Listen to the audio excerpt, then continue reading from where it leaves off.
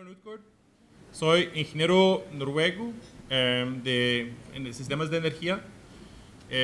Tuve mi primer curso en electromovilidad y movilidad, de tecnologías limpias en 2004 en Stuttgart. Después trabajé con la economía de hidrógeno en Japón, en la universidad por allá. Trabajé con vehículos eléctricos en Noruega y estoy muy feliz de estar aquí porque la transformación del sistema de movilidad eléctrica o de movilidad limpia ya empezó. Y en mi país, Noruega, 42% de la venta nueva de nuevos vehículos tiene un enchufe. 42% de los nuevos vehículos en Noruega ya son eléctricos. Entonces tenemos la vista a ver qué está pasando cuando no solamente los pioneros, pero también personas normales compran carros eléctricos. Por ejemplo, mi mamá tiene un carro eléctrico y es muy interesante ver qué está pasando cuando es personas normales que lo compran. También soy como un híbrido porque mi esposa es tica, entonces vivo aquí parte del año. Entonces tuve la oportunidad de ver cómo podemos transferir experiencias y conocimiento desde Noruega para Costa Rica y para América Latina. Y mira, es que interesante, porque según mis estudios y mis análisis, Costa Rica, por ejemplo, tiene condiciones aún mejor que Noruega para la movilidad eléctrica. Las distancias son muy cortos, tiene mucha energía renovable y es un mercado que está muy listo para soluciones amigables para el ambiente. Lo que vamos a hablar aquí, tenemos un panel muy distinguido. Vamos a hablar sobre cuáles son los países que más han avanzado en movilidad eléctrica y movilidad limpia en América Latina, intercambiar unas experiencias para ver cómo podemos fortalecer este intercambio de conocimiento y para que la transformación acelere. Empezamos con 4 presentaciones, después vamos a tener un diálogo interactivo y también vamos a abrir para preguntas desde la audiencia. El primer expositor es Gustavo Mañez Gómez. Él es coordinador regional de cambio climático para América Latina y el Caribe, Programa de Naciones Unidas para el Medio Ambiente. Bueno, Gustavo, es para usted.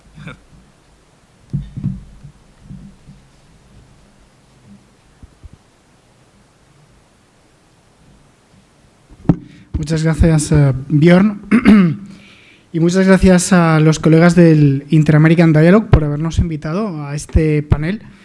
Es un gusto estar en este país que, como se ha dicho, tiene un potencial tan importante en materia de movilidad eléctrica y no solamente un potencial, sino que ya lo está explotando, como hemos visto en esta primera parte de la mañana. Bueno, desde ONU Medio Ambiente, que es la agencia del tema, Medio Ambiente en las Naciones Unidas, para nosotros el tema de la movilidad eléctrica es especialmente importante. Quizá no es la solución única para llegar a la sostenibilidad en el transporte. Hay pues los temas de la planificación urbana, cómo hacer de las ciudades pues más compactas para reducir la necesidad de transporte. Está el tema de la movilidad no motorizada, las bicicletas, caminar más. Está el tema del share mobility, que también se ha hablado esta mañana. Sin embargo, la movilidad eléctrica tiene un potencial tremendo. Miren, el sector transporte es el sector con mayor crecimiento de emisiones de gases de efecto invernadero a nivel mundial, en América Latina y a nivel mundial. Y la Agencia Internacional de la Energía está diciendo que para el año 2050 se va a triplicar la flota de vehículos en el mundo y América Latina tiene pues, las tasas de mayor crecimiento de ese crecimiento en cuanto a la flota de vehículos, ¿no? Mayores que Asia incluso. Entonces, ¿ustedes se pueden imaginar cómo serían las ciudades latinoamericanas teniendo 3 veces más vehículos que a día de hoy, solamente en 20, 30 años? Invivibles, ¿verdad?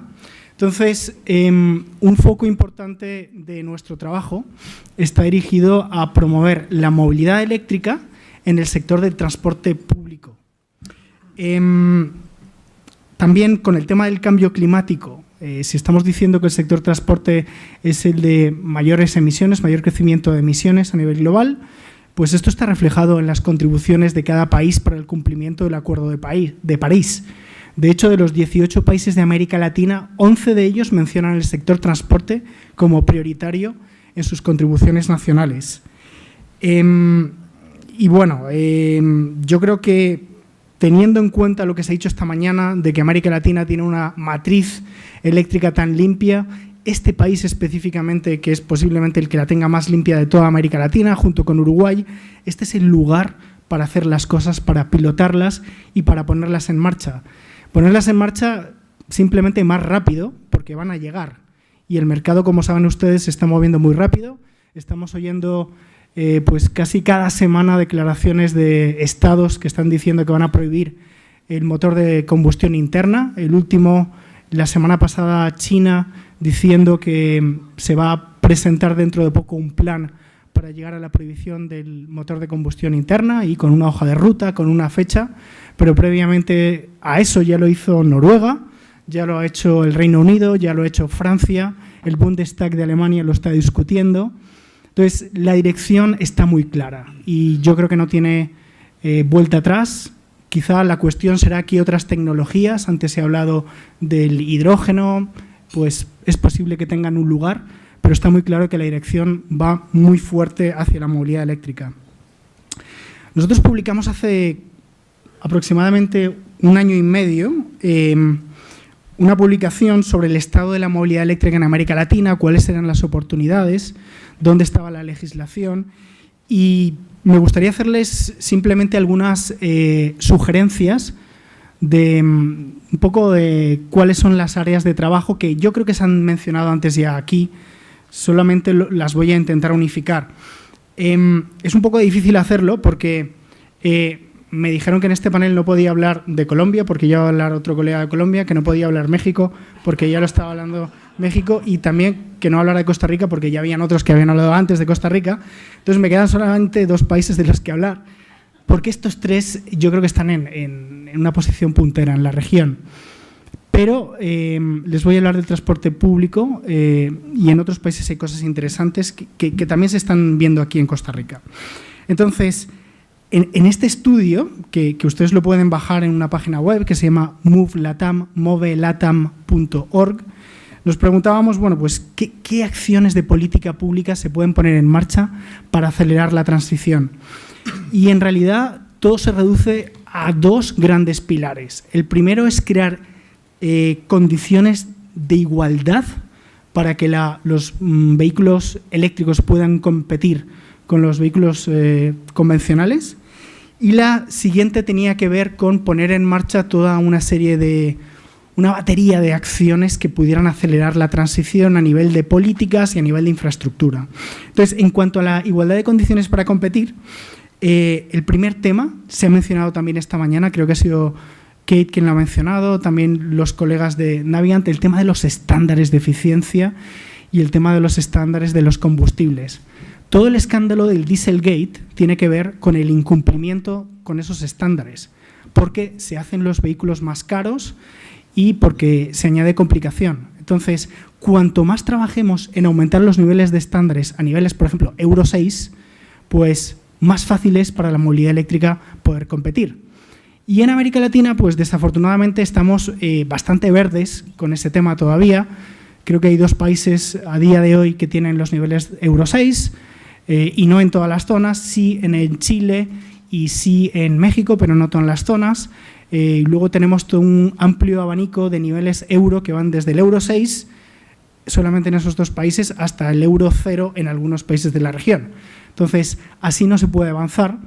Se mencionaba antes por alguna persona del público si hay que seguir trabajando con estos niveles de emisiones por el tiempo que se tarda en desarrollarlos, si se puede hacer un salto tecnológico directo. Bueno, pues a mí lo que me gustaría ver es ese salto tecnológico inmediato, pero la realidad yo creo que nos impone ir trabajando con el tema de los euros, pero si estamos, por ejemplo, en un nivel Euro 3 o Euro 4, no plantearnos mover a un Euro 5, sino ir directamente al Euro 6. Esa es la manera de acelerar las cosas.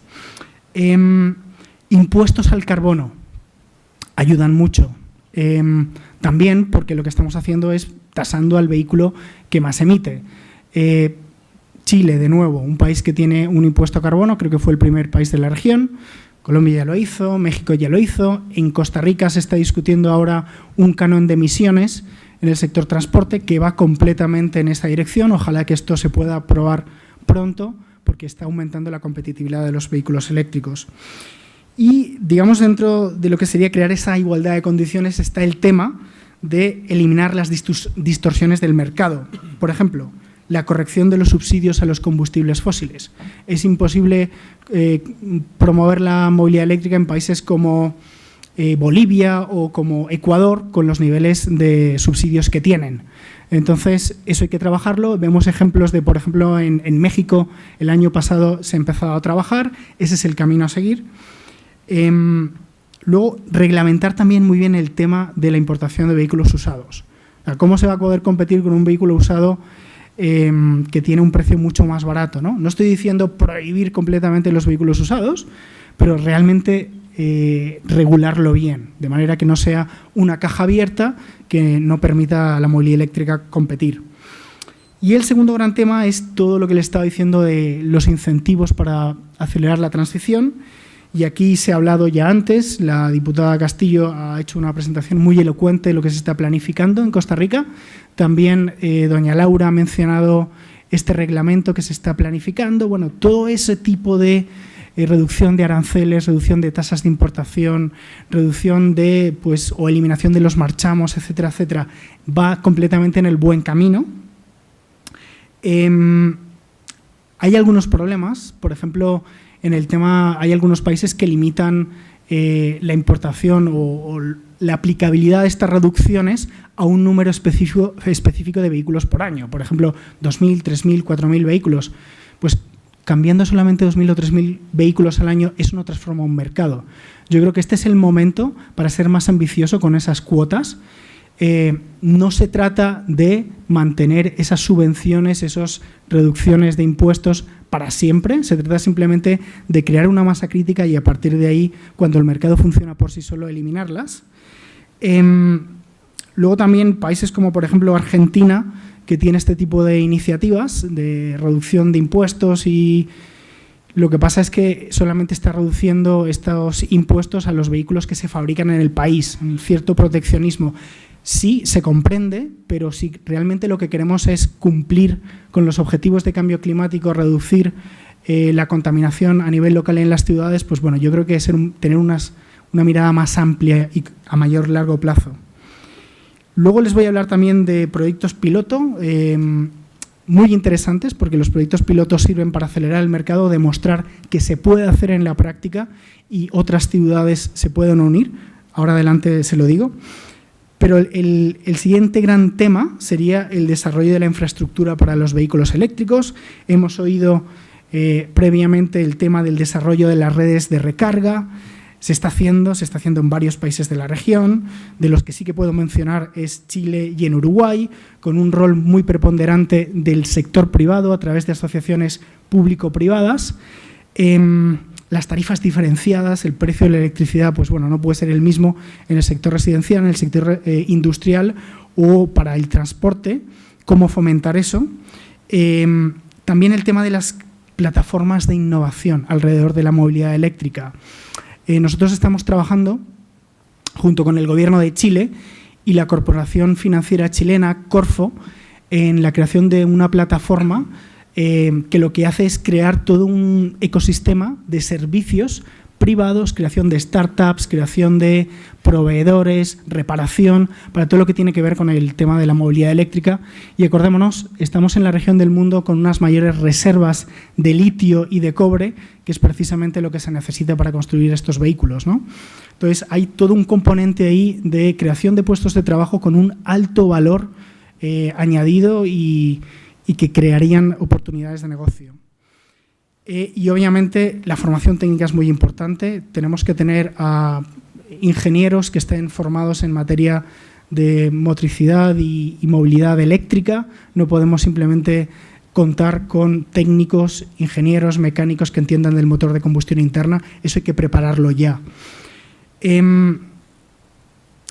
Otro tema, aparte de esto, es lo que les mencionaba antes con el transporte urbano eléctrico.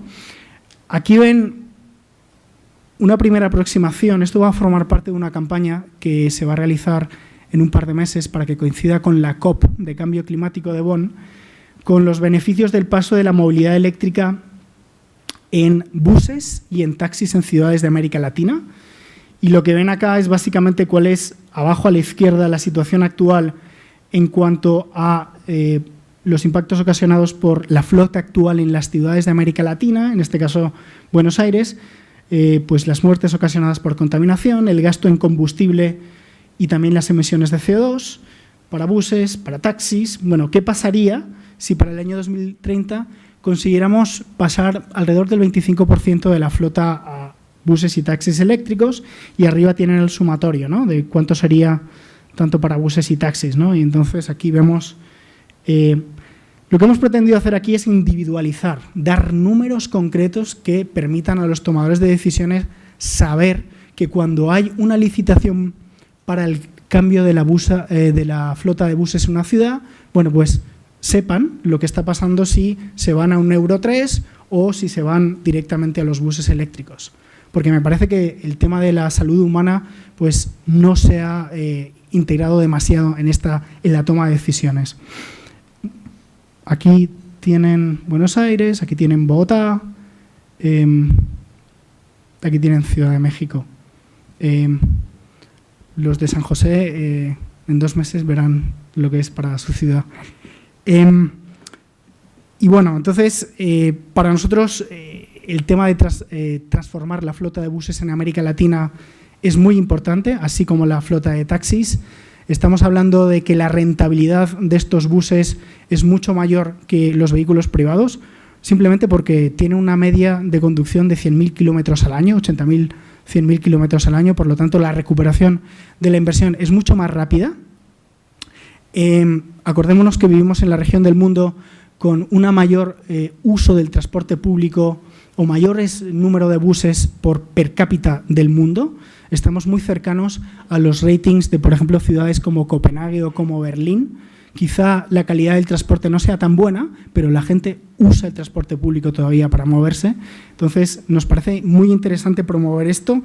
Existen proyectos de recambio de buses a gran escala ahora mismo en Santiago, en Chile, Transantiago. De hecho, estamos trabajando allí junto con el Gobierno de Chile, con instituciones financieras para cambiar unos 1.700 buses para el año 2025. Eso sería el 25% de la flota de Transantiago. El Gobierno lo tiene muy claro y es una decisión de política pública. Y quizá en Montevideo existe lo mismo, solamente 30 segundos. Si me preguntan qué es lo que falta para acelerar la transición, porque hemos visto antes los números que nos ha dado, creo que el colega de Navigant, y veíamos cómo América Latina se encontraba rezagada y nos decía que esto solo va a despegar en el año 2030 o 2035. Bueno, ¿cómo cambiamos esa realidad? Yo creo que a partir de políticas y legislación como la que se está promoviendo aquí en Costa Rica, que básicamente nos den una claridad, una visión a largo plazo, que permitan al sector privado tomar decisiones a largo plazo de inversiones. Existen estrategias de movilidad eléctrica en preparación en Chile, ahora mismo está en consulta pública. En México vamos a iniciar una en los próximos meses junto con Semarnat. Me parece también importante mencionar las posibilidades que hay de la reconversión en la fabricación de vehículos. México, el señor Carlos Slim anunció un partnership con Bimbo hace 2 o 3 meses que van a empezar a fabricar vehículos eléctricos en México. ¿Cómo podemos mover más? Y aquí tenemos a BMW, que tiene fabricación en México, ¿no? ¿Consideran ustedes empezar a fabricar vehículos eléctricos en México? Porque si lo hacen, vamos a crear capacidades y vamos a mover el mercado mucho más rápido. Y sí, me parece excelente tener el liderazgo de empresas eléctricas como la CFE en México, como Enel en Chile, en Colombia, en México también empujando este tema y, cómo no, como el ICE aquí en Costa Rica, que también es un ejemplo para la región. Lo siento mucho, pero tenía que decirlo. Muchísimas gracias.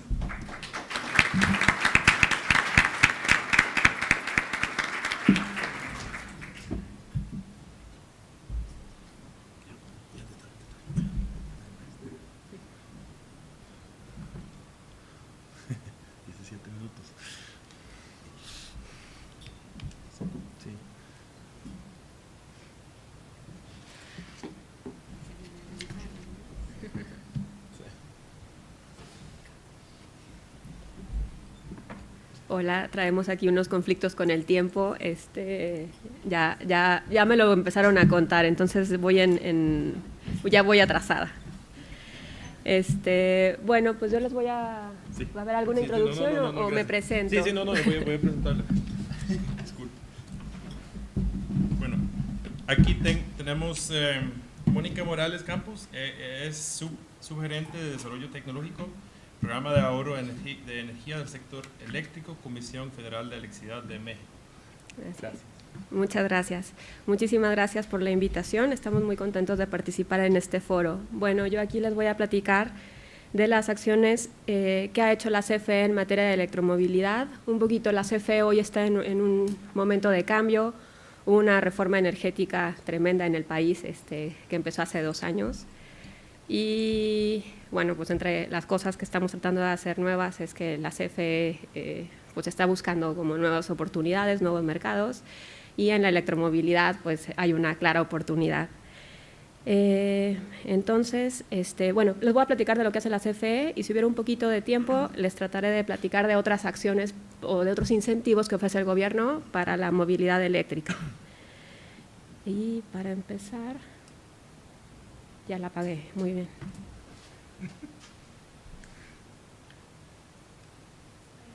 Esa es. Okay. ¿Cuál era? Derecha, izquierda y ya. Perfecto. Bueno, quiero empezar un poquito con el contexto, ¿no? ¿Dónde está parado México hoy? Estas son unas gráficas que que salen de un reporte de la Agencia Internacional de Energía sobre México y bueno, pues son muy buenas porque nos traen toda la historia de emisiones digamos que vienen de la energía. Y podemos ver aquí que el sector transporte es el mayor emisor de CO2 y el que más ha crecido. Algo que, bueno, justo nos acaban de contar en la presentación anterior, ¿no? Estas tasas de motorización en Latinoamérica que son altísimas, México no es la excepción, con un crecimiento de 6.3% anual del parque vehicular. Y bueno, otra característica del sector transporte es que es un sector que digamos que no está diversificado en sus fuentes de combustible. Prácticamente todos son gasolinas y diésel. Y pensando bueno, aquí solo quería anotar, el sector eléctrico es la segunda contribución más grande de las emisiones con un 32%, el transporte tiene un 35% a 2014. Y ahora pasamos al portafolio energético del Sistema Eléctrico Nacional. Aquí, bueno, estamos muy lejos de parecernos al de Costa Rica aún. Aquí tenemos el porcentaje de energía generada por fuente y vamos desde el 2000 hasta el 2015, un poquito para enseñar cómo ha sido esa transición. Y creo que la parte de energías limpias o bajas en emisiones se ha mantenido en cerca de un 20%. 80% es generado con combustibles fósiles, pero algo que sí está cambiando es que estamos reemplazando el combustóleo por gas natural. Mucho se debe a la revolución del shale en Estados Unidos, ¿no? Entonces estamos importando más gas natural de ahí y también el precio es un factor importante. Y bueno, la historia no se acaba aquí. Hoy con esto, un vehículo eléctrico emite aproximadamente la mitad de lo que emite un vehículo de gasolina eficiente, ¿no? Entonces ya hay mucho sentido en electrificar la movilidad, pero esperamos, o más bien México ha hecho el compromiso de que para 2024 un 35% de la generación tendrá que provenir de fuentes limpias, Se ha ido avanzando, hemos tenido unas subastas de energías limpias muy exitosas, entonces confiamos en que esa meta se va a poder alcanzar. Y ahora, en términos de costos, bueno, aquí podemos ver el costo, dólares por kilómetro recorrido, y bueno, pues la historia que hay que ver aquí es que el kilómetro recorrido con un vehículo eléctrico es entre 40 y 70% más barato que con uno de gasolina. Mantenimiento, bueno, pues ahí hay un componente donde el vehículo eléctrico requiere menos que el de gasolina. El combustible, pues prácticamente es la mitad, el costo de lo que es las gasolinas en México a la fecha. Y luego tenemos un componente muy amplio de los que son los impuestos, ¿no? Y estos pueden variar entre estados, pero al menos en la Ciudad de México, que es uno de los lugares más contaminados y con más vehículos, hace mucho sentido pensar en el eléctrico.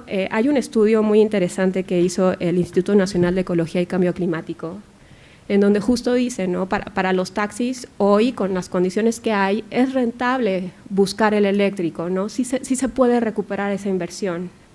Entonces, pues esas son buenas noticias, y además la tecnología sigue avanzando, además los precios están cambiando, hay más oferta, entonces es un momento interesante para el sector. Y bueno, aquí quiero, digamos que anotar una de las primeras acciones de la CFE en electromovilidad, es que se creó una tarifa especial para la recarga de vehículos eléctricos en las casas. Entonces hoy, si compras un vehículo eléctrico, le llamas a la CFE y te instalan un medidor adicional. La razón de esto es porque México tiene un sistema tarifario muy complejo. Hay un fuerte subsidio, que seguro es un problema, pero lo que hace este subsidio además es que entre más consumes, más caro te sale el kilowatt-hora adicional. Entonces, si compraras un vehículo eléctrico, te iba a salir muy cara la recarga, ¿no? Entonces, eso le quita incentivos. Para evitarlo, lo que hace la CFE es darte una tarifa distinta, todos los kilowatt-horas al mismo precio. Yo esperaría que eventualmente, en la medida que hay más vehículos eléctricos en el mercado, pues quizá que CFE implemente una tarifa para diferenciar por momentos, ¿no? Para un poquito como control de la demanda. Y bueno, pues ya está el medidor por separado, debería de ser relativamente fácil. Y ahora, bueno, otra de las acciones que está haciendo la CFE es un poquito coordinar la creación de nueva infraestructura de recarga en el sector, ¿no? Aquí la verdad es que, bueno, las automotrices nos empezaron a buscar porque, bueno, que siempre hay detalles con la conexión a la red, y entonces pues vimos ahí también una clara oportunidad de sentarnos todos juntos y ver qué se podía hacer, ¿no? Entonces, pues CENER estaba muy de acuerdo en que buscáramos por aquí. Está la CFE, están los gobiernos locales, está la Asociación Mexicana de la Industria Automotriz, las armadoras Nissan, BMW y Tesla también se subieron al tren. Y bueno, pues, ¿no? Bueno, entre todos hemos puesto infraestructura de recarga en diferentes lugares, pero la diferencia es que este año fuimos a pedir fondos al Fondo de Transición Energética y conseguimos $1,5 millones para poner más estaciones de recarga, ¿no? Que buscamos que se pongan en lugares que tengan mucho sentido para unir ciudades, todo con el objetivo de aliviar la ansiedad de rango. Y bueno, déjenme, les pongo. Las características de la infraestructura de recarga que estamos buscando aquí es que sean universales, quiere decir que se pueden recargar todos los tipos de vehículos, que sean públicas, o sea que cualquier persona pueda accesar a ellas, y gratuitas, al menos ahora que sean gratuitas para el usuario final, ¿no? Probablemente si están en un centro comercial, el centro comercial absorbe el costo de la recarga. Bueno, un tema interesante en lo de universalidad es que, por ejemplo, que Tesla, que estaba como muy separado de todas las demás, pues nos sentamos juntos y, oye, si vas a poner un centro de recarga, agrega un cargador adicional donde otros que lo puedan aprovechar, ¿no? Ya están haciendo toda esta inversión, tratémoslo de hacer juntos, los recursos son limitados, y pues aprovechémoslo de la mejor manera. Y acabo por ponerles el mapa, ¿no? Las azules son las electrolineras que ya estaban, y las verdes son las que queremos hacer, o los lugares que queremos juntar, ¿no? Vamos a conectar a 10 ciudades, digo, más bien a ciudades en 10 entidades, y bueno, que esperemos que esto sí fomente el cambio. Y por último, estoy justo en el minuto 10. Muy rápido paso. ¿Qué está haciendo el gobierno federal? Hay un crédito fiscal para la instalación de infraestructura de recarga. Estoy pensando en términos de infraestructura, ¿qué más? Bueno, el FOTEACE, que es el Fondo de Transición Energética, está dando financiamiento para este tipo de proyectos. Y bueno, la CFE aquí está como un coordinador de esta parte. La industria automotriz, pues bueno, interesados en la venta de los vehículos, también está como buscando cómo nos juntamos todos y hacemos, facilitamos esta transición, ¿no? Y luego, para los usuarios, el gobierno federal hay una exención de impuestos sobre automóviles nuevos. En el caso del Distrito Federal, por ejemplo, o de ciudades que muchos vehículos y muy contaminadas, están exentando de la verificación. Además tienen el derecho de circular diario. En México es muy famoso el Hoy No Circula, que afecta prácticamente a todos los vehículos de gasolina, y pues esto es algo muy atractivo para la gente, ¿no? Tampoco hay tenencia, que ese es otro impuesto anual, que también puede, bueno, ayuda un poco a cambiar la historia. Y ya, creo que aquí termino para no pasarme mucho más. Muchas gracias.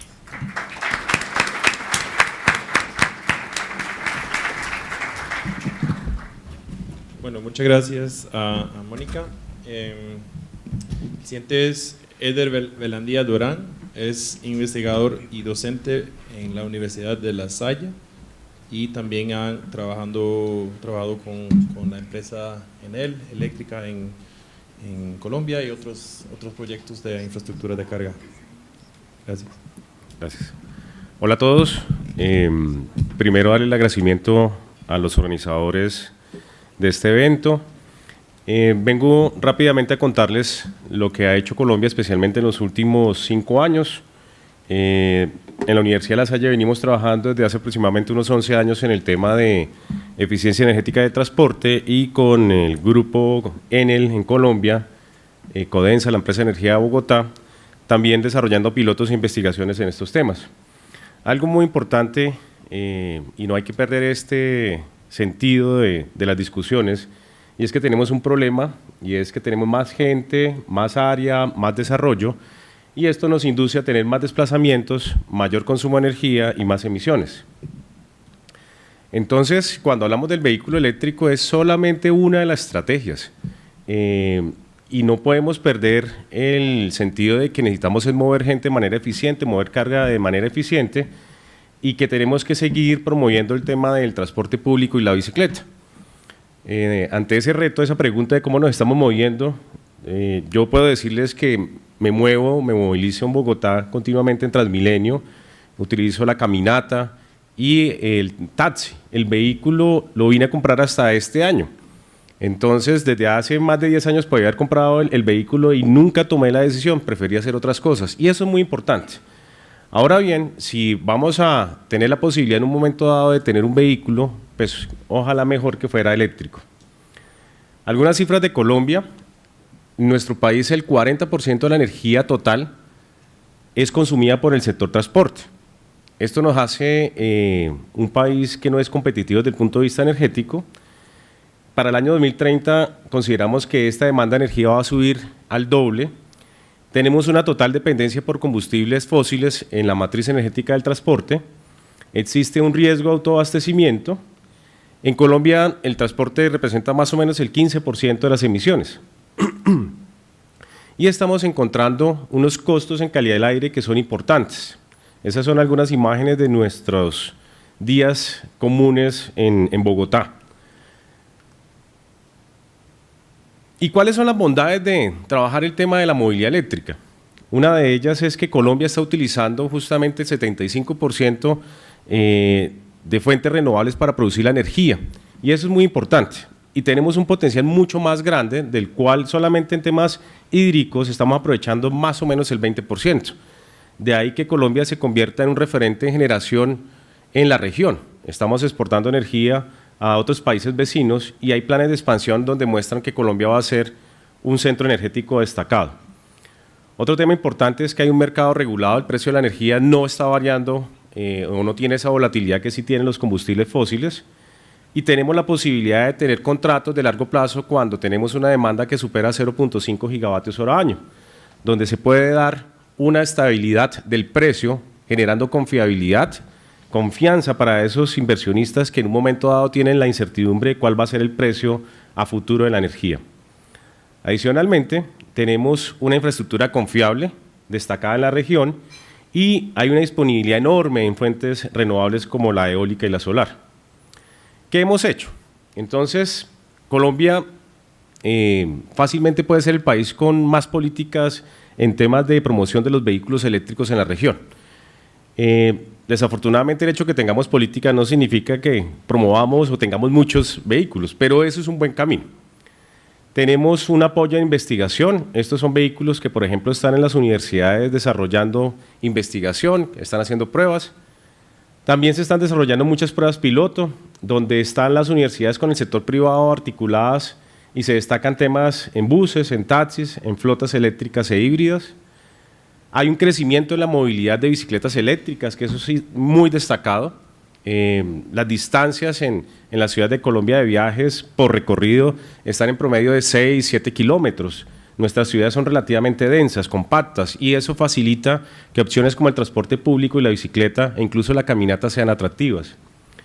También se están desarrollando temas de pequeñas flotas comerciales eléctricas, y algo muy importante, y es en los últimos años se ha gestionado el conocimiento.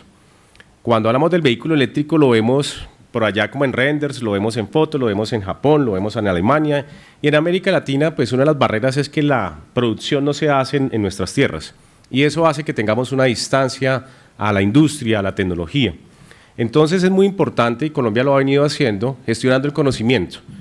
Puedo destacar que en este momento de manera simultánea se está justamente hablando del primer encuentro internacional de movilidad eléctrica en Bogotá, donde las grandes marcas están participando, más de 1000 personas están asistiendo a ese evento, y eso lo que demuestra es que hay un gran interés de la comunidad por este tipo de soluciones a los temas ambientales y energéticos en los que nos estamos enfrentando.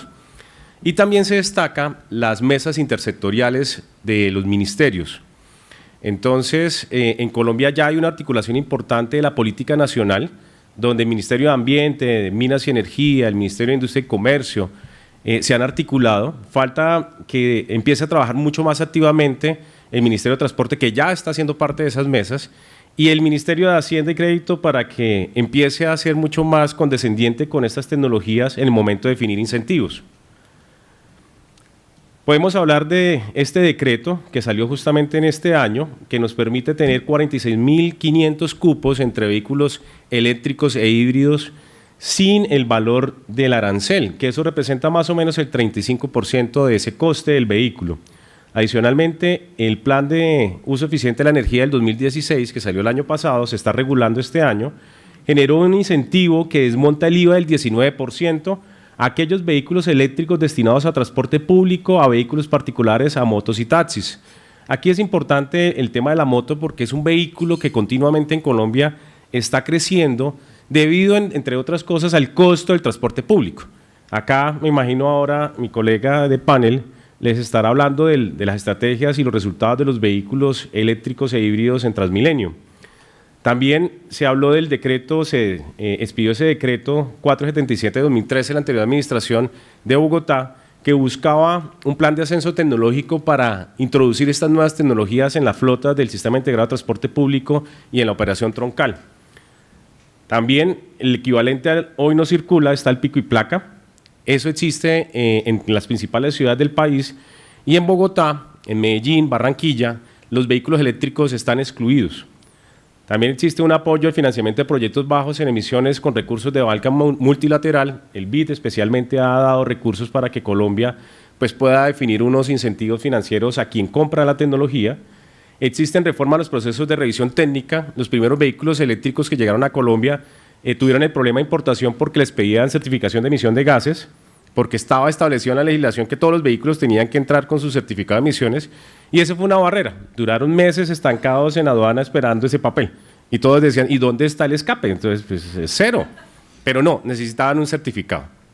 Eso ha venido cambiando, y estamos trabajando justamente en un tema muy importante, y es en el de etiquetado vehicular, definiendo eficiencias en temas vehiculares, y esperamos que esto no sea informativo, sino que finalmente se convierta en algo restrictivo.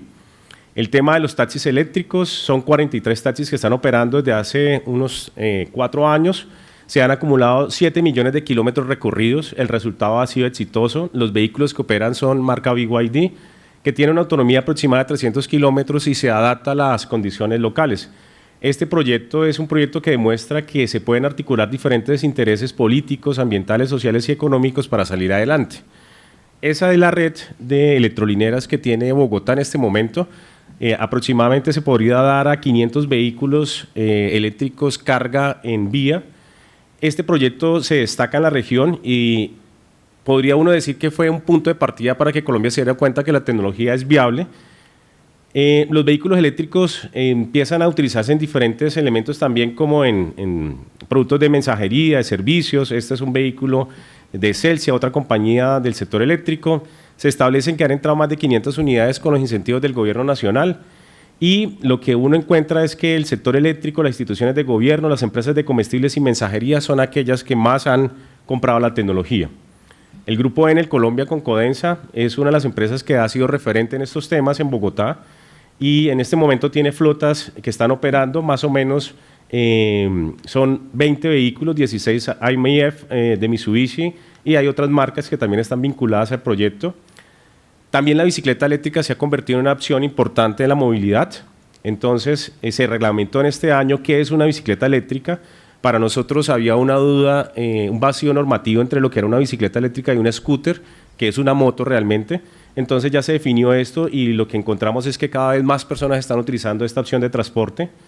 El tema del primer bus articulado eléctrico que está operando en Transmilenio, este año empezó su operación. Los resultados inicialmente, en más o menos un mes y medio que llevamos de pruebas, han sido muy buenos desde el punto de vista de eficiencia energética. Esto ha sido destacado. Y también lo que tenemos que mostrar es que, bien lo decían anteriormente, en aquellos segmentos donde se hace un mayor uso intensivo de la energía por kilometraje, es donde está el nicho importante, y lo que se ve es que en taxis, buses, camiones, utilitarios y flotas es donde debemos empezar a invertir nuestros recursos. También el tema eléctrico es destacado. Hay gente que dice que, bueno, entonces el consumo de energía se va a disparar. Esta pequeña plantita es del acueducto de Bogotá, es una plantita pequeña que incluso fue beneficiaria de bonos de carbono, y este proyecto de MDL, que genera 40 gigavatios hora año, le podría dar aproximadamente energía a 160 buses articulados o 500 buses parones eléctricos. 160 buses es una pequeña plantita. Eso equivale más o menos al 10% de la flota de Transmilenio. Una plantita del acueducto de Bogotá. Entonces, si vemos estas oportunidades que hay de generar también energía limpia y articularla con el transporte, encontraremos que verdaderamente la solución del vehículo eléctrico es mucho más importante. Para cerrar, ¿cuáles son las barreras que encontramos en Colombia? Les mencionaba que tenemos muchas políticas nacionales, pero tenemos que articular al Ministerio de Transporte, que pues es ese ministerio que tiene que chocar o enfrentarse directamente con los transportadores, para que empiece a que sus políticas sean aplicadas y para que el tema eléctrico sea relevante. Tenemos que articular a los alcaldes. Un problema que se está presentando en Colombia es que tenemos muy buenas políticas nacionales, pero los alcaldes son los tomadores de decisiones en sus ciudades. Entonces los alcaldes parece que son una rueda suelta que todavía hace falta incluir en ese engranaje. El precio de la tecnología sigue siendo alto, aun cuando existen incentivos arancelarios y de IVA, como les mostraba, y es necesario empezar a trabajar mucho más en el financiamiento, en buscar alternativas para que estos, digamos, proyectos sean reales. No podemos llegar y vender proyectos a una empresa privada que tiene una expectativa de rentabilidad simplemente diciendo que ayuda al ambiente. Eso es bueno en el discurso, pero cuando ellos hacen sus números hay que empezar a ver cómo verdaderamente les cierran las cuentas a ellos. Existe una contribución en Colombia del 20% del precio de la energía e impuestos asociados a la venta de energía. Entonces eso también hay que desmontarlo, estamos en ese proceso. No todos los actores del sector privado han participado en la iniciativa, hay sectores que son renuentes y generan resistencia e incluso hacen el lobby para que este tipo de medidas no pasen en instancias como el Congreso de la República. La industria automotriz ha sido conservadora, entonces siempre en todo evento han traído vehículos, están vendiendo vehículos en Colombia, pero han sido muy tímidos y creo que hace falta que ellos también empiecen a generar ese impulso. Ellos están como a la expectativa, me parece que si quieren vender, pues tienen que mostrar y esforzarse por vender, y parece que no existe ese interés, y hay una resistencia al cambio entre algunos dirigentes y transportadores. Entonces, para cerrar, yo creo que hay un tema muy importante, ya lo han destacado, y es que necesitamos voluntad. Si queremos que las cosas pasen, tenemos que hacer lo posible y tenemos que actuar ya. Muchas gracias.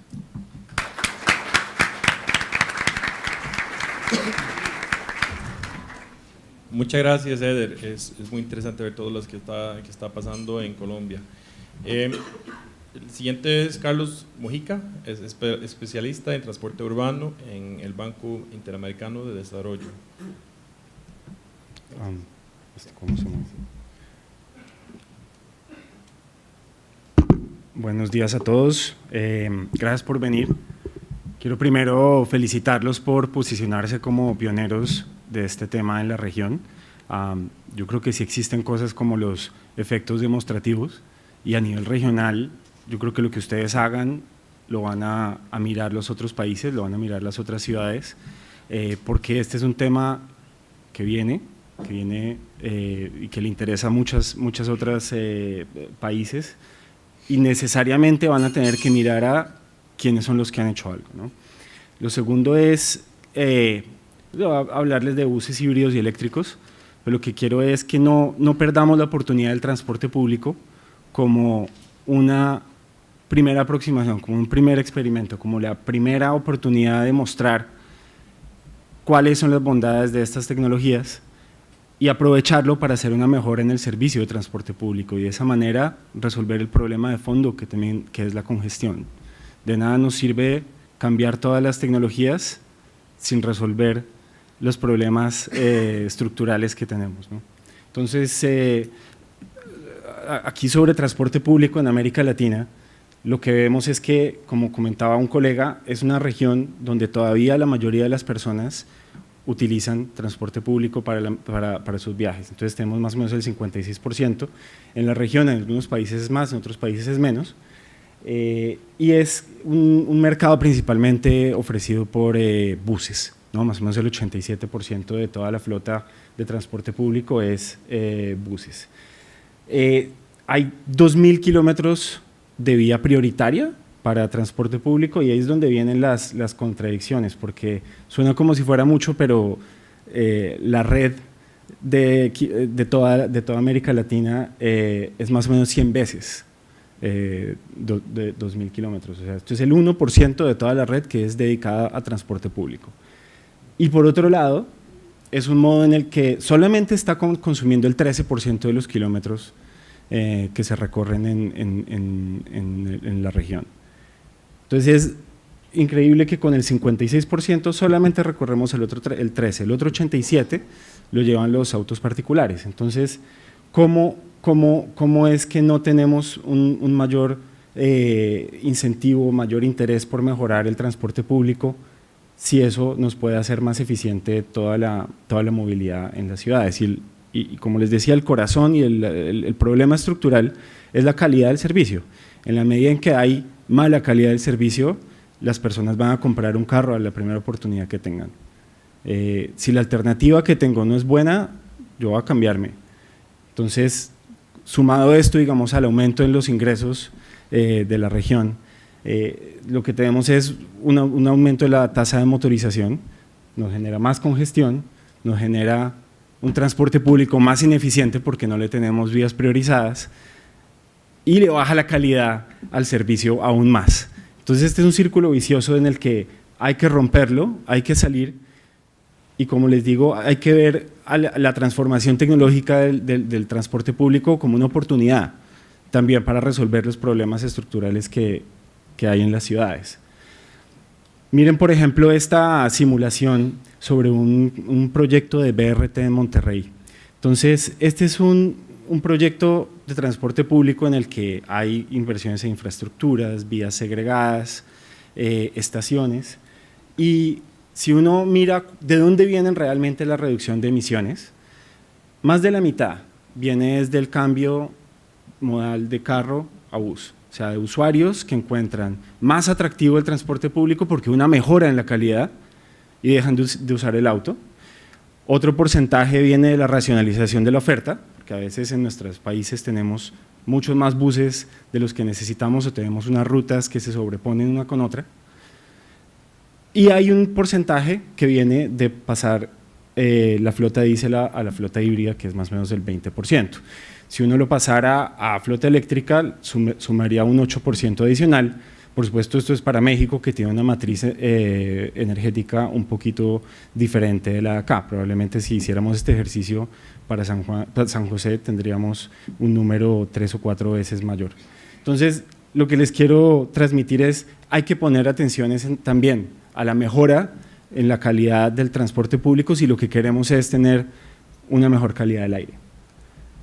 Ahora, si miramos ya la parte tecnológica de cómo podemos hacer esta transición, lo que tenemos son ahorita dos alternativas para hacer un salto: ir a buses híbridos o buses eléctricos. Son las dos opciones con mayor viabilidad comercial en este momento. Por supuesto, hay otras tecnologías que ya han mencionado acá, pero en este momento vemos estas dos como los saltos que pueden darse. De los híbridos los conocemos, hay diésel eléctrico, gas eléctrico, plug-in o regenerativo, paralelo, serie, hay una serie de variaciones. Algunos requieren infraestructura, otros no. Y los eléctricos sí sabemos que requieren infraestructura de carga. Y la clave acá es recordar que estos son buses que todavía son más caros, ¿no? La inversión inicial es más alta. En el caso de los híbridos estamos más o menos en un 60% por encima del costo de un diésel equivalente, y en el caso de los eléctricos puede ser 2 o 3 veces más caro de lo que es el diésel equivalente. Y ahí vienen a jugar muchas cosas, como si les venden la batería incluida o si la batería entra como parte de un negocio de arrendamiento, pero estamos todavía un poquito más lejos a nivel de costos iniciales. Más o menos 200 ciudades en el mundo que ya tienen buses híbridos y eléctricos operando. En total hay más o menos 173.000 buses, que suena de nuevo igual que las vías, suena como que fuera mucho, pero el stock global de buses es de 18 millones, ¿no? Volvemos al 1%, entonces estamos en el 1% de penetración de estas tecnologías. Vale la pena destacar que la mayoría de estas ciudades están en Estados Unidos, China, Europa, donde las agencias de transporte público muchas veces son las mismas operadoras y ellos hacen la inversión directa en la compra de nuevos buses y están haciendo pues inversiones adicionales de capital. Reino Unido se destaca dentro de todos los países del mundo porque ya el 18% de toda la flota es híbrida o eléctrica. Ahora, ¿qué puede uno ganar haciendo este salto tecnológico? Por un lado está la reducción de combustible y hacer el transporte, digamos, más eficiente desde el punto de vista energético. Nosotros hicimos unas pruebas de un grupo de buses híbridos y eléctricos en 4 ciudades de América Latina, en Río, Sao Paulo, Bogotá, Santiago, y lo que encontramos es que a nivel de reducción de consumo de combustible podemos estar entre menos 20 y menos 40%. Todo esto es comparado con un diésel equivalente. Y a nivel de eficiencia energética puede ser 80% más eficiente un bus eléctrico que un bus diésel equivalente. En cuanto a reducción de emisiones y de contaminantes locales, estamos a nivel de CO2, esto es para los híbridos, tenemos reducciones del 26%, y de contaminantes de generación de polución, contaminantes locales, tenemos reducciones entre 62 y 80%. Entonces, estas son las pruebas que hicimos en el 2012 y todavía se mantienen vigentes. Y les cuento por qué. Estas son pruebas que utilizamos, digamos, para volver un poco más, para traerlas a la realidad en un proyecto comercial, a una agencia de transporte público, y comenzamos con Bogotá. Entonces, esta es la flota que mencionaba Eder en su presentación anterior. Digamos, como banco, lo que hicimos fue traer fondos concesionales son fondos del Fondo para Tecnologías Limpias, el Clean Technology Fund, que ofrece condiciones financieras mucho más baratas. No son regaladas, pero las condiciones son muy buenas. Y esta es una deuda que toma el gobierno nacional.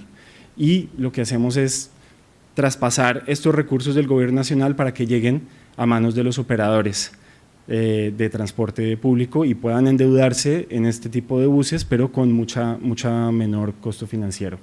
El resultado es que hoy Bogotá tiene la flota de buses híbridos más grande de América Latina, tiene más o menos 330 buses, esto es cerca del 5% de toda la flota de Transmilenio. Entonces esto es un gran avance a nivel de reducción de combustible. Tuvimos números parecidos a los que había en las pruebas, de más o menos un 30% menos. Pero para mí lo más importante es que se generó experiencia y se generó confianza con las nuevas tecnologías. Esta era de las primeras barreras que identificamos cuando comenzamos a explorar el trabajo con los operadores de transporte, es que ellos no tenían la necesidad de hacer el cambio, ¿sí? Porque ya está funcionando mi negocio con los buses diésel, entonces ¿para qué necesito yo cambiar? Cuando al otro lado lo que tengo es una máquina que no sé manejar y no sé mantener y realmente puede afectarme mi flujo de caja. Entonces, esta generación de experiencia es importantísima para poder, número uno, escalar el proyecto a mayor número de buses y además de todo para poder exportar este conocimiento a otros países. Factores que contribuyeron al éxito del programa. Yo creo que estas son 4 cosas que aplicarían casi que para cualquier latitud. Lo primero, había una política pública clara, había un campeón del proyecto que no solamente tenía la intención de convertir, digamos, de hacer el salto tecnológico en el transporte público, sino que lo volvió un decreto, hizo una cosa que se llamaba el Plan de Ascenso Tecnológico, puso metas concretas, unas tenían que ver con buses híbridos a nivel comercial, otras de pruebas de buses eléctricos, y esto impulsó al mercado automáticamente. Entonces, ya las empresas comenzaron a mirar a Bogotá como un sitio en el que podemos ofrecer productos, en el que podemos desarrollar vehículos que no existan y adaptarlos a las condiciones de Bogotá. Lo segundo es, había incentivos económicos, ¿no? Entonces, por un lado, la Agencia de Transporte Público hizo modificaciones en las tasas de compensación con los operadores de transporte, de tal manera que pudieran cubrir parte de ese costo adicional de inversión. Lo segundo es, hubo una política de reducción de incentivos a la importación, que fue la que mencionó Eder en su presentación anterior. Y tercero, pues logramos bajar esta línea de financiación con fondos de cambio climático. También en cuanto al ambiente de negocios, la ciudad generó una cantidad de digamos, instancias, reuniones y foros en las que los productores de buses y fabricantes de buses podían venir a Bogotá y conocer a sus contrapartes, a potenciales clientes. Y por otro lado, como parte del programa de pruebas, lo que hicimos fue llevar a los mismos operadores a ciudades. Los llevamos a 7 ciudades en diferentes partes del mundo donde podían conocer cómo funcionaba en realidad esta flota de buses y qué implicaba desde el punto de vista de mantenimiento. Pero para mí el más importante es la formalización del sector. Esto lo que implicó fue pasar de pequeños operadores atomizados, ¿cierto?, individuales, pasar a empresas operadoras. Y estas son empresas operadoras que tienen capacidad de inversión, que tienen capacidad de endeudamiento, son empresas operadoras que tienen una estructura organizacional y se están regidas bajo un contrato y que esto les permite, digamos, manejar estos cambios tecnológicos de una manera diferente a la que lo hace un operador individual que está básicamente todos los días recogiendo lo que, digamos, la tarifa para pagar el combustible del día siguiente, ¿no? Eso es un cambio muy importante.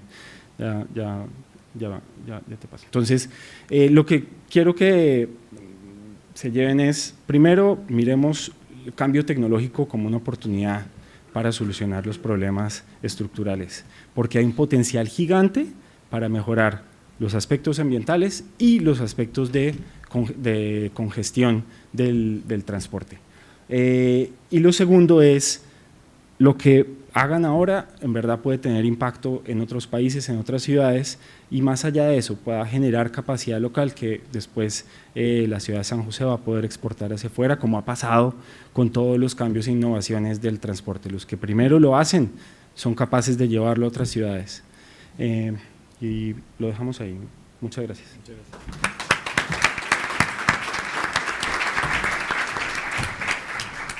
Muchísimas gracias, Carlos. Primero tengo unas 2-3 preguntas y después vamos a abrir para preguntas de la audiencia. Primero me parece que era como 2 temas que está en conjunto con varias de los expositores. Primero es, Mónica mencionaba un fondo para infraestructura y también este partnership, que el sector privado y público trabajan juntos. Y también Eder mencionaba que las empresas eléctricas están trabajan mucho y hacen inversiones en la infraestructura. Nosotros que manejamos carros eléctricos sabemos que cargamos a la casa, y en Costa Rica 92% de la gente tiene parqueo en su propia casa. Pero, por otro lado, siempre la gente quiere ver que hay infraestructura. Por ejemplo, en Costa Rica siempre preguntan, ¿y si me voy a Guanacaste? Entonces, quieren saber que hay infraestructura. Entonces, me parece muy interesante esas iniciativas, si pueden explicar un poquito más de estos. Gracias. Bueno, pues sí, justo lo que habíamos tenido hasta el momento eran muchos esfuerzos quizá aislados, ¿no? Las automotrices buscando dónde ubicar las estaciones de recarga, muy difícil hacer estaciones entre ciudades, y bueno, fue ahí cuando pues muchos nos han buscado para ver, oigan, cómo nos coordinamos, ¿no? A veces cuando la CFE está detrás, es fácil también buscar a la Secretaría de Energía y como hacer un muy buen trabajo de coordinación para que las cosas pasen. Y entonces, como que en ese ámbito justo fue, oye, falta mucho, bueno, pues pusimos, o sea, no sé, por ejemplo, Tesla puso una que va para conectar a México hasta a Cuernavaca, ¿no? En la entrada, que es una de las ciudades más cercanas al DF, donde la gente suele ir los fines de semana. Y entonces oye, o sea, esto tendría que suceder en un montón de ciudades más, ¿no?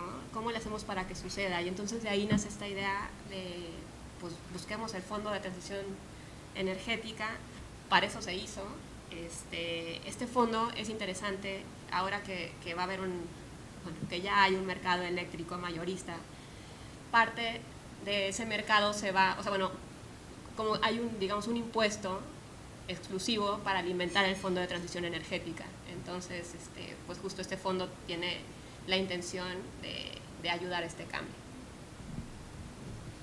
Bueno, en Colombia, en el caso de Bogotá, pasan varias cosas y estoy totalmente de acuerdo con lo que dices. El sentido del vehículo eléctrico es que yo tenga la estación de recarga en la casa. De ahí uno de los cambios en paradigmas o incluso de cómo concebir el vehículo particular. O sea, que hoy yo no tengo que ir si tengo un vehículo eléctrico, a una estación de servicio para tanquear, sino que voy a hacerlo desde mi casa, y que se pueden empezar a dar cosas como que yo sea el mismo generador de mi energía. Entonces yo tenga una estación de paneles solares o tenga un sistema autónomo independiente que yo pueda alimentar a mi vehículo. Pero ¿qué pasa en el caso de Bogotá? El primer proyecto que arranca es el de taxis eléctricos. Es un servicio que normalmente está concebido para estar en un vehículo trabajando. En Bogotá es muy común que hayan vehículos que están haciendo los 2 turnos, o sea, 24 horas al día trabajando. Entonces, cuando se hablaba del vehículo eléctrico como una opción para los taxistas, ellos decían, es un problema porque si hago carga en mi casa va a ser lenta, y si la carga es lenta, entonces estoy perdiendo mucho tiempo y ese tiempo es productivo para mi vehículo. Entonces, se empieza a desarrollar el tema de las electrolineras como una necesidad que establecen los taxistas.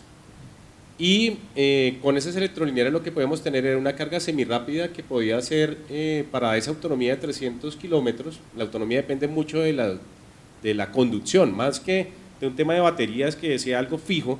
El tema de conducción eficiente es fundamental. Entonces, esa carga semirápida se iba a hacer en 2 horas.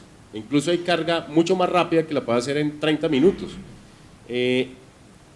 Como los taxistas empiezan a establecer ese requerimiento, la empresa de energía ofrece la inversión en infraestructura y el costo de la inversión en infraestructura se diluye en un monto mayor que el del piloto, porque la apuesta que tenía Bogotá con la anterior administración era tener una flota mucho más grande. Incluso se alcanzó a firmar un decreto que buscaba que en 10 años los 52.000 taxis de Bogotá empezaran gradualmente a reponerse a taxis eléctricos. Y es un dato interesante porque en Bogotá hay 2 millones de vehículos, pero hay 52.000 taxis, pero los 52.000 taxis operan en kilómetros el 30% de los kilómetros totales de toda la flota de vehículos. Entonces, si uno llega, y ahí es donde hay que ser muy estratégico con el tema del déficit fiscal, cuando dicen, no, pero es que hay déficit fiscal, entonces ¿dónde vamos a poner nuestros recursos? Pues hay que ser muy estratégicos donde los beneficios ambientales y energéticos son claros, y ahí estaba en el tema de los taxis. Entonces la empresa de energía hace la inversión, esperando en ese proyecto de largo plazo, que desafortunadamente la actual administración derogó, temas políticos que también a veces uno no puede entender cómo una administración deroga un proyecto que tiene un sentido importante, debía modificarlo, adaptarlo, pero no derogarlo. Eso es una crítica que sí se le puede hacer a la actual administración de Bogotá. Y la empresa de energía asume parte de los costos, o sea, el sector eléctrico, puedo decir que va a pérdida. ¿Por qué? Porque lo que está es promoviendo el tema de la masificación de los vehículos, esperando que en algún momento pues ya exista un negocio mucho más maduro. Muchas gracias. Me parece en todos los países que yo conozco que están avanzados en transporte eléctrico, siempre las empresas eléctricas son muy proactivos. He escuchado el otro tema común era del transporte público, porque yo parte del año vivo en Oslo y si tuve carro por allá no era para usarlo, era para ir a la montaña, algo así como los fines de semana, ¿verdad? Y ahora hay servicios para alquilarlo solo para fin de mucho más fácil, es sencillo, ¿verdad? Entonces el transporte público no solo es necesario para el ambiente y para la eficiencia, pero también es mucho mejor si tiene buena calidad, ¿verdad? Entonces en Costa Rica creo que más del 60% de la gente se va con bus. Entonces mi pregunta es si es tan obvio que transporte público es mucho mejor, ¿por qué es tan difícil cambiarlo y cómo podemos con ese cambio de tecnología como con buses eléctricos, cómo podemos superar estas barreras? Y es, bueno, más para Gustavo y Carlos, pero también creo que Eder tiene experiencia de Colombia y también Mónica. Entonces, si tiene algún caso de éxito, ¿cómo podemos lograr que lo que es tan obvio y tan lógico pasa en el mundo real? Bueno, lo primero es, tienes toda la razón en que si es tan obvio, ¿por qué no está pasando? Yo creo que hay dos cosas. Lo primero es, hay naturalmente una inclinación de los consumidores por comprar carros privados, individuales. La gente aprecia poder salir cuando quiera y llegar a donde quiera y no caminar. O sea, eso no va a cambiar. La cuestión es cómo podemos manejar de una manera diferente esa fuerza. Si uno mira, digamos, como está hoy Europa y como está hoy Estados Unidos, la repartición modal de Estados Unidos es menos del 10% de usuarios en transporte público y la repartición modal en Europa está cerca del 30-35% en las grandes ciudades. Entonces ahí la cuestión es, bueno, ¿qué fue lo que pasó? ¿Por qué en países igual de desarrollados hay tanta divergencia? Y bueno, uno puede remontarse a mirar digamos, todo el lobby de las empresas de automotoras, puede mirar cómo están hechas las ciudades, ¿cierto? Que unas ciudades son más compactas, otras son más extendidas, pero al final del día son cosas que para cada ciudad van a ser determinantes, ¿cierto? ¿Qué tanto quiere la gente tener la movilidad individual? ¿Qué tanto están las empresas automotrices adentro? ¿Qué tan útil realmente es el transporte público para una ciudad donde son grandes distancias y donde de pronto el clima lo hace poco atractivo? Por un lado de esa parte, ¿no? Que es la que tiene que ver con el consumidor y con el entorno externo, pero hay otra parte que es la que creo que sí podemos atender en muchas ciudades de América Latina, que es la empresarial, que digamos aquí se liberalizó el mercado de la oferta del transporte público más o menos en los 80s o inclusive hacia atrás, y entonces lo que tenemos en muchos países y en muchas ciudades son pequeños operadores atomizados, y estos pequeños operadores, como les comentaba, no van a tener la capacidad para hacer estos cambios solos. El mercado del transporte público normalmente es de muy poca rentabilidad, entonces hacer este tipo de inversiones requiere generar proyectos desde el lado público que faciliten, digamos, que haya capacidad de inversión, que haya infraestructura, ¿cierto? Y que haga más, digamos, más dinámico y más capaz de absorber estos cambios al sector de lo que está ahorita. Gracias, Gustavo, tal vez. Gracias. Quizá yo voy a responder del lado de los buses eléctricos, o sea, cómo hacer de estos modelos que ha mencionado antes Carlos lo normal, ¿no? Para mí lo clave sería hacer ver los beneficios, hacer llegar ver los beneficios a los tomadores de decisiones. Antes he mencionado que a veces los alcaldes, por ejemplo, tienen mucho poder de decisión, pero que no están involucrados. Hay que realmente mapear quién toma las decisiones, involucrarlos y hacerles mostrar esos beneficios, que son beneficios económicos en el terreno, en las ciudades, de ahorro pues, a nivel de combustibles, pero también en cuanto a la mejora de calidad del aire. Y también lo que hay que hacer es incrementar el conocimiento de la tecnología.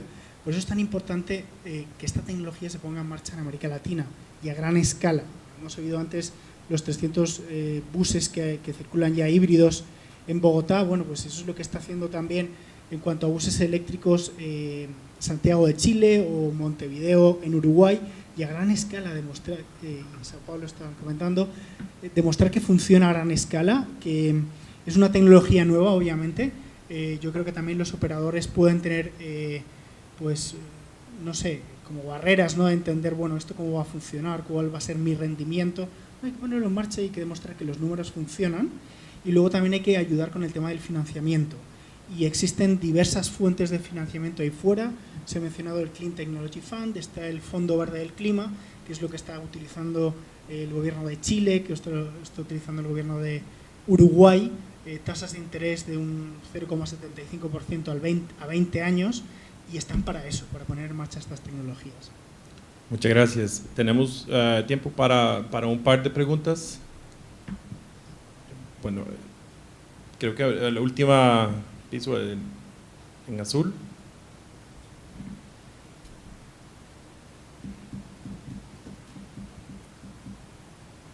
No hay micrófono. Ok, perfecto.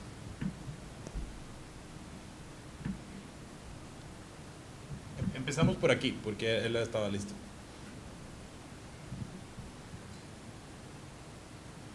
Entonces, tenemos como 5 minutos, entonces muy corto, por favor.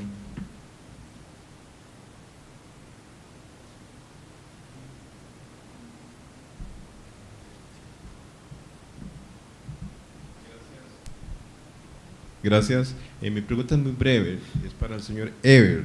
Me llamó mucho la atención dentro de los incentivos que hay en Colombia, que se habla de la exclusión de pico y pala.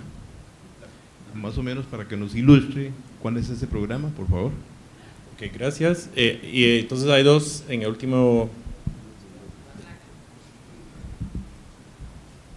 Los dos por allá, sí. Blanco y azul. Bueno, como la mayoría saben, Costa Rica importa todos sus vehículos de gasolina. Estamos hablando de importar todos los vehículos eléctricos, y eso es un dinero que sale del país de unos $500 millones al año. Y nosotros hace casi 4 años ganamos financiamiento para hacer un carro eléctrico en Costa Rica. En los 33 meses que duró el proyecto nos financiaron 4 meses, es decir, no tuvimos apoyo. Tuvimos que mover a un plan B, que es un vehículo eléctrico plegable. Ustedes saben que los carros son 90% aire, entonces ¿por qué no plegarlos? Tenemos un proyecto de una tricicleta que se dobla y se guarda en el espacio de una silla. Es un carro eléctrico plegable, pero basado en esto, mi pregunta es para el señor Eder, que ¿cómo podemos apoyar o incentivar la innovación en Latinoamérica de estas tecnologías para que no sigamos completamente dependientes del resto del mundo en todo esto también. Podemos independizarnos del petróleo, pero seguiremos dependientes de los vehículos importados. Entonces, ¿cómo podemos incentivar y apoyar el desarrollo y producción en Latinoamérica de nuestros vehículos? Muchas gracias. Última pregunta por allá. Buenas, Maples Pinto, del Automóvil Club de Costa Rica. Mi pregunta era, ¿qué experiencia han tenido en otros países con las plataformas de recarga, apps y cobros y localización de electrolineras, digamos? Gracias. Tomamos 2 preguntas más por aquí y después cerramos. Para Alan.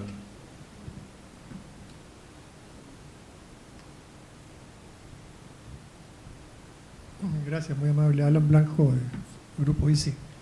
En cuanto a México, Colombia y Chile, se ha escuchado mucho, yo he escuchado mucho el asunto de los taxis, como son la punta de entrada, la lanza de entrada para demostrar la tecnología. He escuchado esos 40 resto B y D en Colombia, sin embargo lo escuché me parece que hace como 3 años. O sea, la pregunta es por qué esos 43 no se han convertido en 100, en 200, ¿qué falta para que esos taxis se incrementen más, para que el taxista realmente, si está ya más que demostrado que si son más de 100 kilómetros diarios es rentable, incluso más barato andar en taxi que en eléctrico? ¿Qué sienten ustedes que está faltando para que el taxista, que acá en Costa Rica estamos hablando de 13,000, o sea, entren en el negocio? Bueno, muchas gracias. Entonces, ¿respondemos a estos? Bueno, entonces, el pico y placa es una restricción que empezó a regir en Colombia aproximadamente en 1998, justamente el actual alcalde fue el que la implementó, Enrique Peñalosa, en su momento, y lo que buscaba era retirar más o menos el 40% de los vehículos diariamente, de lunes a viernes, según el número de la placa. Entonces, esa medida, de alguna forma, en la región se ha venido utilizando para desestimular el uso del vehículo, pero lo que uno detecta es que a largo plazo no es eficiente, o sea, no es una medida que contribuya realmente a solucionar el problema. En el caso de Colombia y muy específicamente de Bogotá, más o menos el 50% de los segundos vehículos que compraba una familia era motivo de pico y placa, entonces para evadir la medida compraban el segundo carro, y el 40% del tercer vehículo en una familia era motivo de pico y placa, porque entonces si ya los hijos crecían, antes estaba la rotación con la esposa, entonces ahora ya el hijo que también se iba para la universidad tenía que tener su vehículo, entonces ya se estaba promoviendo el tema del vehículo particular. Entonces, actualmente pico y placa ha pasado de restricciones horarias a todo el día y actualmente a una restricción horaria, que me parece que no es tan perjudicial como una medida de todo el día. Y un vehículo eléctrico está exonerado. Con respecto al tema de cómo promover, Colombia ha utilizado una estrategia bien interesante y es que Colciencias, que es un departamento de ciencia y tecnología a nivel nacional, ha sido como el gran apalancador de muchos de estos proyectos. Entonces, cuando uno mira el proyecto de el bus que tenía la Universidad Pontificia Bolivariana en Medellín, tenía recursos de Colciencias. Cuando uno mira la flota de los taxis, de un tema de investigación que se hizo, la parte del estudio, iban recursos de Colciencias. La compra de la flota que tiene Codensa en Bogotá, parte de ella tenía recursos tributarios en los que si usted como empresa privada invierte en vehículos eléctricos dentro de un proyecto, usted puede llegar al otro año en rentas a hacer una deducción de parte de esa inversión, entonces se vuelve atractivo. Entonces ahí es donde está vinculado el tema de ciencia y tecnología. Las universidades juegan un rol muy importante porque todos estos proyectos privados tienen que tener el acompañamiento de una universidad para ser realmente beneficiario y que haya como un gana del sector privado, un gana de la ciudad y un gana de las universidades. Entonces yo creo que ha sido una buena estrategia. Con respecto a la pregunta de los taxis, hay que mirar muy bien cuál fue el contexto. En Bogotá está restringido el ingreso de un vehículo más. En el 2003 empezó el debate, en el 2014 ya se empiezan a entrar los primeros vehículos, entonces se amplía la capacidad transportadora en 50 unidades.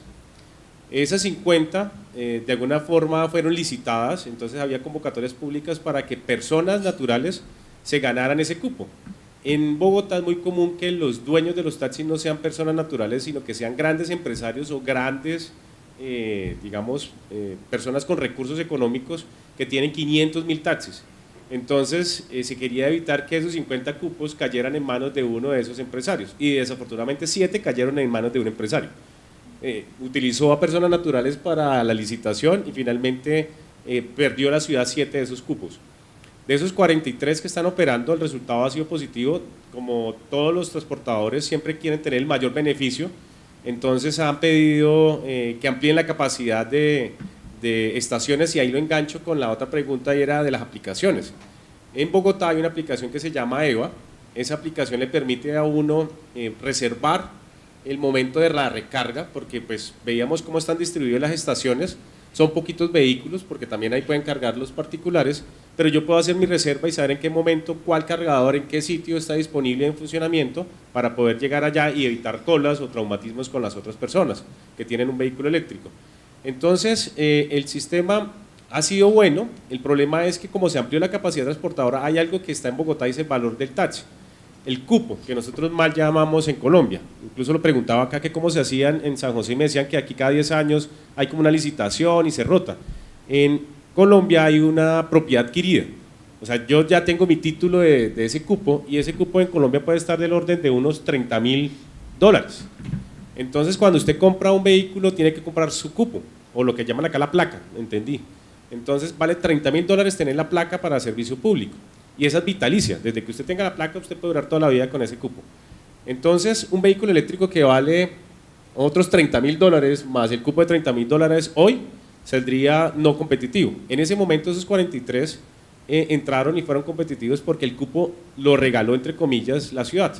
Entonces, durante 10 años, esos vehículos podían operar como servicio público, y terminados los 10 años, podía volverse particular porque el vehículo eléctrico va a tener una mayor vida.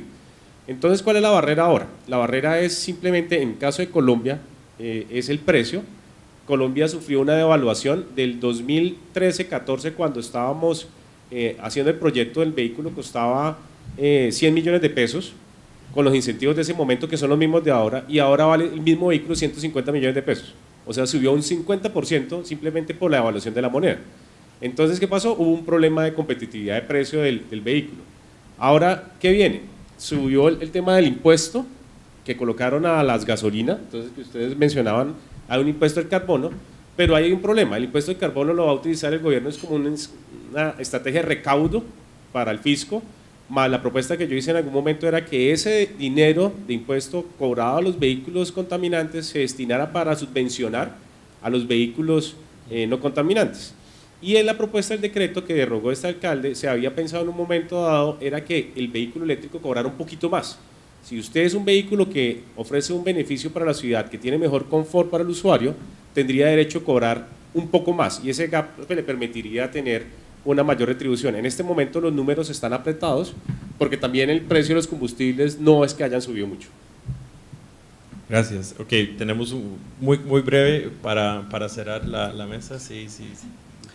Sí, porque han preguntado el tema de la fabricación en América Latina de estos vehículos, pero es que aparte de esto está la oportunidad de todos los servicios alrededor de los vehículos eléctricos, que no se tienen que dejar de ver, que quizá no son tan flashy, pero tienen muchas oportunidades. Y hay un ejemplo concreto. En Chile, Corfo está haciendo un plan de un ecosistema de negocios alrededor de la movilidad eléctrica, mapear las oportunidades alrededor de servicios eléctricos, softwares, applications, reparación, cálculo de rutas, instalación de estaciones de recarga, y con un mecanismo de financiamiento para startups.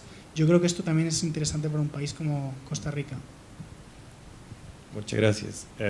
Y también Costa Rica tiene un sector turismo muy fuerte, entonces cuando vienen los turistas, ecoturistas, van a buscar pues buses, camionetas eléctricas y carros eléctricos. Bueno, muchas gracias para el panel.